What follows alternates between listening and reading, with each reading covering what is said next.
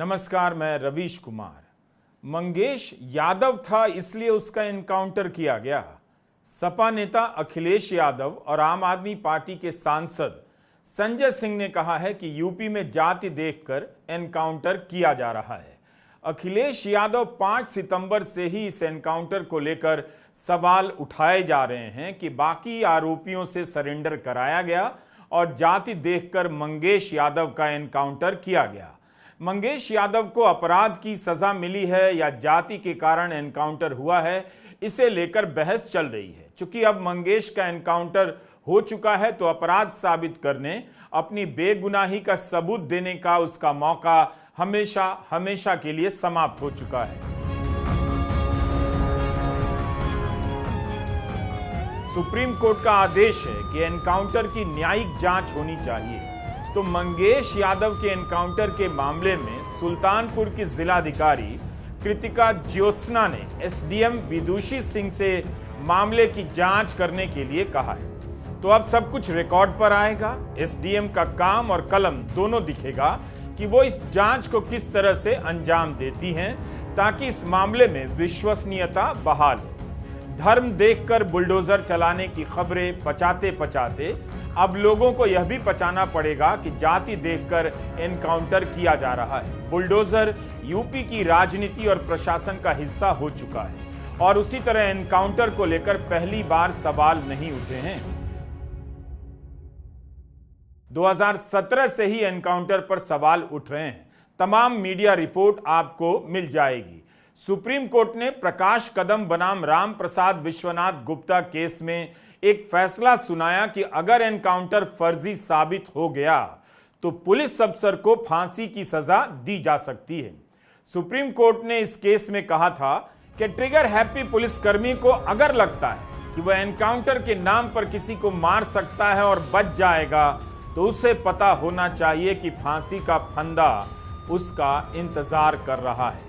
जो भी फर्जी एनकाउंटर करता है वो हमेशा हमेशा के लिए सिस्टम का अपराधी बन जाता है और सिस्टम के इशारे पर काम करने लगता है।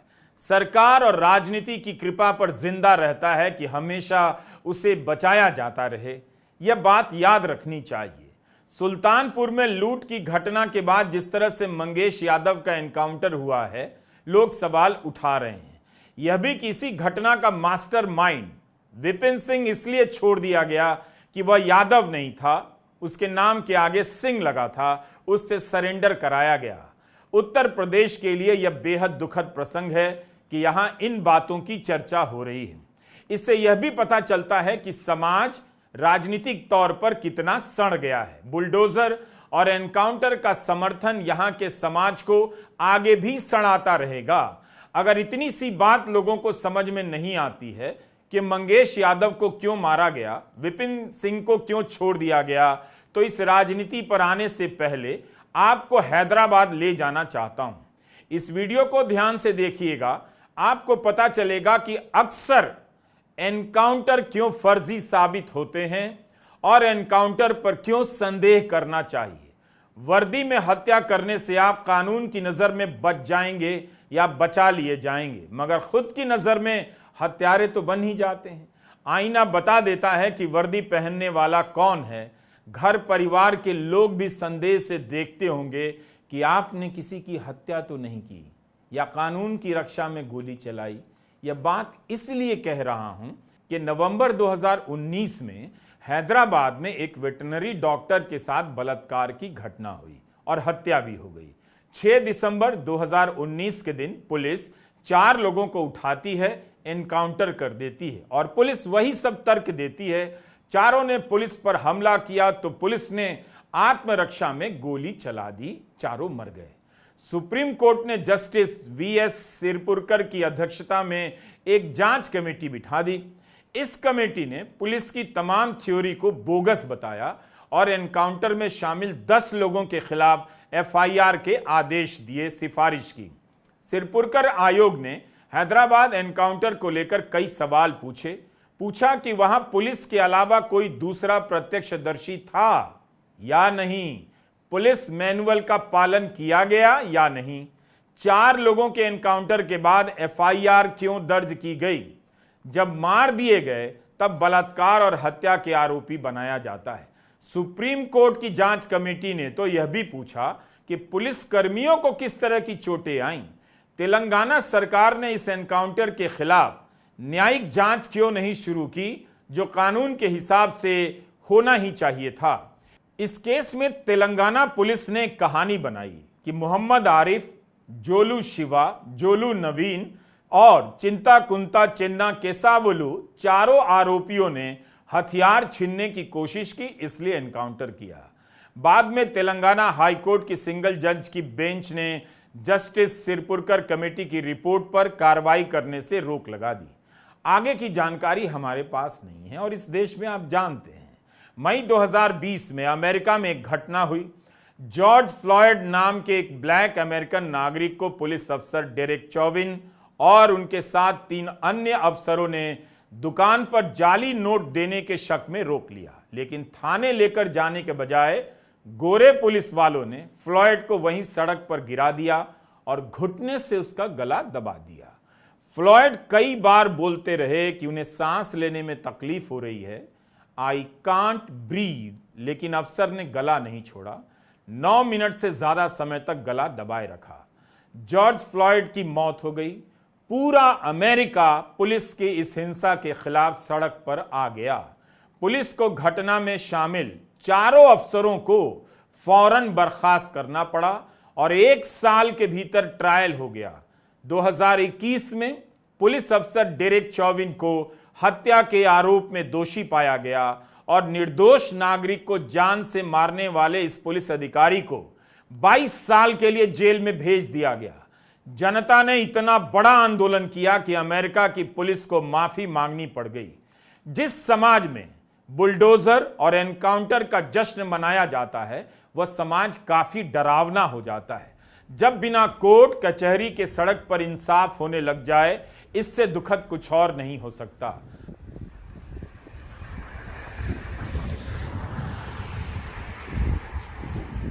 सोशल मीडिया में तरह तरह के सवाल उठ रहे हैं कि एनकाउंटर के बाद जो तस्वीर जारी की गई, उसमें पुलिस के लोग चप्पल में हैं।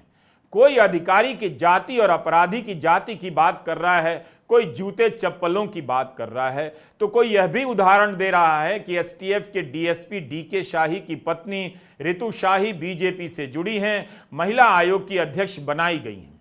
मंगेश यादव के पिता ने एनकाउंटर में शामिल पुलिस वालों के खिलाफ मुकदमा दर्ज करने की मांग की है। समाजवादी पार्टी इस घटना को लेकर ट्विटर पर आक्रामक होती जा रही है। मंगेश यादव को लेकर अखिलेश यादव ने लगातार ट्वीट किए हैं। 5 सितंबर को अखिलेश ने ट्वीट किया कि सुल्तानपुर की डकैती में शामिल लोगों से सत्ता पक्ष का गहरा संपर्क था, इसलिए नकली एनकाउंटर से पहले मुख्य आरोपी से संपर्क साधकर सरेंडर करा दिया गया और अन्य सपक्षीय लोगों के पैरों पर सिर्फ दिखावटी गोली मारी गई और जात देखकर जान ली गई। लगता है नकली एनकाउंटर रक्षक को भक्षक बना देते हैं। समाधान नकली एनकाउंटर नहीं है, असली कानून व्यवस्था है। भाजपा राज अपराधियों का अमृतकाल है। यह अखिलेश यादव का पहला ट्वीट है। दूसरे ट्वीट में कहते हैं 2 दिन पहले जिसे उठाया और एनकाउंटर के नाम पर बंदूक सटाकर गोली मारकर हत्या की गई, अब उसकी मेडिकल रिपोर्ट बदलवाने का दबाव डाला जा रहा है। इस संगीन शासकीय अपराध का सर्वोच्च न्यायालय तुरंत संज्ञान ले, इससे पहले कि सबूत मिटा दिए जाएं। 7 सितंबर को भी अखिलेश यादव ने ट्वीट किए और सवाल उठाए। उनका कहना है कि जब सारे आरोपी धर लिए गए तो लूट का सारा सामान कहां गया। अखिलेश यह भी पूछ रहे हैं कि जो लुटेरे बन गए वो किसी और के आदमी तो नहीं थे, किसने सोना लूटा है। जो बरामद हुआ वो लूट का 10% भी नहीं। किसी भी राज्य की पुलिस की हिरासत में मौत के समय सवाल उठाना पड़ता है और यह जरूरी है। अगर यह व्यवस्था का हिस्सा बनता चला गया और समाज में चुप्पी उसकी पहचान बनती चली गई तो किसी के लिए भी खतरा हो सकता है, किसी का भी नंबर आ जाएगा। यहां तक कि सेना भी एनकाउंटर करे तो लोगों ने सवाल उठाए हैं और कई बार उनके सवाल सही जगह पर जाकर लगे हैं और साबित भी हुए हैं। पिछले साल दिसंबर की घटना बताता हूं। जम्मू कश्मीर के पुंछ में गुज्जर बकरवाल समुदाय के 3 लोगों की सेना की हिरासत में मौत हो गई। 29 सेकंड का वीडियो वायरल हो गया, सच्चाई सामने आ गई। ऐसा हंगामा मचा कि जम्मू कश्मीर पुलिस को सेना के इन अधिकारियों के खिलाफ एफआईआर करनी पड़ी, उनके खिलाफ हत्या का मुकदमा दर्ज हुआ। जम्मू कश्मीर सरकार को घोषणा करनी पड़ गई कि जिन 3 नागरिकों की हिरासत में मौत हुई है, उनके परिवार से किसी एक को नौकरी दी जाएगी।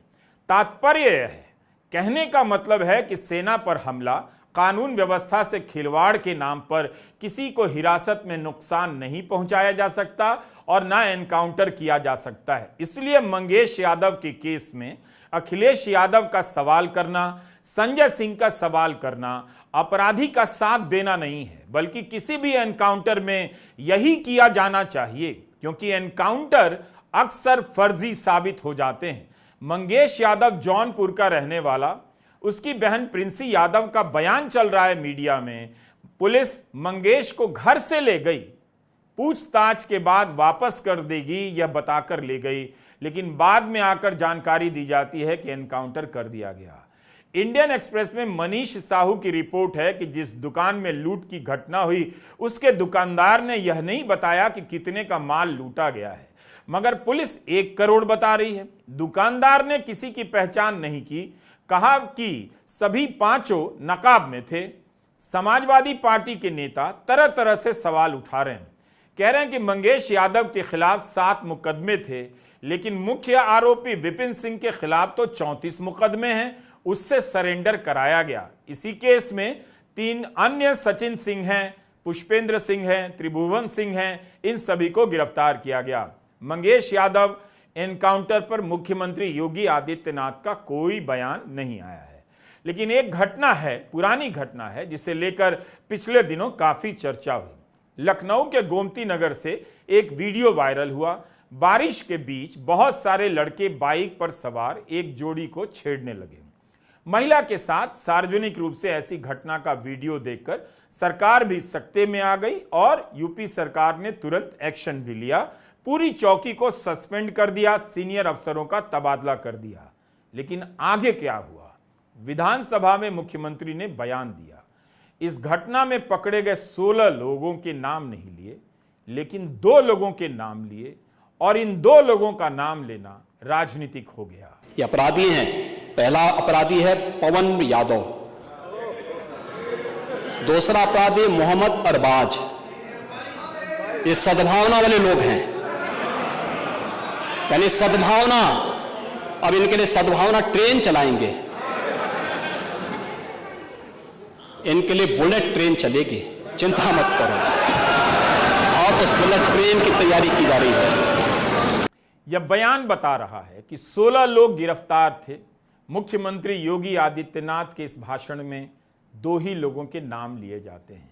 16 में से 2 के नाम का चयन उन्होंने किस आधार पर किया, राजनीति को समझने वाले और नहीं समझने वाले दोनों आसानी से जान जाएंगे। इसके बाद मीडिया में सभी के नाम चलने लगे, 16 लोगों के, कि इनके नाम तो आशीष सिंह हैं, अभिषेक तिवारी हैं, जय किशन है, अभिषेक कुमार है, अनिल कुमार, अमन गुप्ता, रतन गुप्ता, कृष्णकांत गुप्ता, अर्जुन अग्रहरी, विराज साहू, सुनील, प्रियांशु शर्मा, विकास भंडारी, मनीष। मगर मुख्यमंत्री योगी आदित्यनाथ ने इन नामों में से सिर्फ पवन यादव और अरबाज का नाम लेकर राजनीतिक रंग तो दे ही दिया। पवन यादव ने अखिलेश यादव से मुलाकात की और कहा कि वह तो मौके पर था भी नहीं, चाय पी रहा था, तभी पुलिस पकड़कर ले गई। पवन का दावा है कि वह वीडियो के फुटेज में भी दिखाई नहीं देता। हो सकता है उसे यादव बिरादरी से होने की सजा दी जा रही है, ऐसा पवन ने कहा। पिछले साल यूपी पुलिस ने एक प्रेस रिलीज जारी कर बताया कि मुख्यमंत्री योगी आदित्यनाथ के 6 साल के कार्यकाल में पुलिस ने 10,713 एनकाउंटर किए हैं, जिसमें 1708 अपराधी घायल हुए। सबसे अधिक एनकाउंटर 3,152 एनकाउंटर मेरठ पुलिस ने किए। एक जिले की पुलिस अगर 3,000 से अधिक एनकाउंटर करे, इसका मतलब है संदेह के पर्याप्त कारण हो सकते हैं। सुप्रीम कोर्ट को संज्ञान लेना चाहिए। भारत का संविधान हर अपराधी को ट्रायल फेस करने का अधिकार देता है। सितंबर 2021 में सहारनपुर में 12 पुलिस वालों के खिलाफ एक मुकदमा दर्ज हुआ। चीफ जुडिशियल मजिस्ट्रेट के आदेश पर इन पर 45 साल के एक युवक जीशान हैदर का फर्जी एनकाउंटर करने का आरोप है। इनमें 3 सब इंस्पेक्टर हैं। यह कैसी नौकरी हुई कि वर्दी में भी हैं और हत्या का मुकदमा भी ढो रहे हैं। 1991 में इसी यूपी की पुलिस ने 10 सिखों को खालिस्तानी बताकर बस से उतारकर मार दिया था। तब उन्हें लगा होगा कि सब भूल जाएंगे, कोई कुछ नहीं बिगाड़ पाएगा, मगर कोई था जो इनके खिलाफ वर्षों मुकदमा लड़ता रहा। उसका नाम तो मुझे मीडिया की रिपोर्ट में नहीं मिला, मगर यह जरूर मिला कि 2022 में इलाहाबाद हाई कोर्ट ने 43 पुलिसकर्मियों को 7 साल की सजा सुनाई, क्योंकि वो एनकाउंटर फर्जी था। इंसाफ की एक संवैधानिक प्रक्रिया तय की गई है। भीड़ नहीं तय कर सकती, ना मौके पर तय हो सकता है। जिस तरह से एनकाउंटर को लेकर जाति और धर्म की राजनीति हो रही है, उसकी कीमत नौकरशाही चुका रही है, चुकाएगी। गलत करते करते भारत में लोग एडजस्ट करने लग जाते हैं। समाज में लोगों से, ऐसे लोगों से मिलिए तो पाप की ऐसी व्याख्या करेंगे, धार्मिक प्रसंगों के साथ करेंगे कि पाप पुण्य से भी बेहतर लगने लग जाता है। दरअसल वो खुद को धोखा देते हैं, मगर उन्हें भी पता है कि गलत गलत है। मैंने अक्सर नोट किया है कि जितने गलत करने वाले लोग हैं, उनकी भाषा बहुत अच्छी होती है, धर्म का ज्ञान भी उन्हें बहुत अच्छा होता है। उन्हें धर्म का ज्ञान क्यों अच्छा होता है? क्योंकि वो भीतर से डरे रहते हैं। वो अपने लिए माफी की गुंजाइश धार्मिक प्रसंगों में खोजते रहते हैं, मगर माफी मिल नहीं पाती। तो जितने भी गलत करने वाले लोगों की बिरादरी है, वो पाप पुण्य की व्याख्या हमेशा पाप के पक्ष में करती है। किसी का फेक एनकाउंटर कर इतना तो याद आता ही होगा कि इसी धर्म में तमाम व्याख्याएं ऐसी हैं कि कहीं इन कर्मों का फल किसी और को ना भुगतना पड़े। जनता अपनी चुप्पी का भी फल भुगतती है और कर्मों का भी। नमस्कार, मैं रवीश कुमार।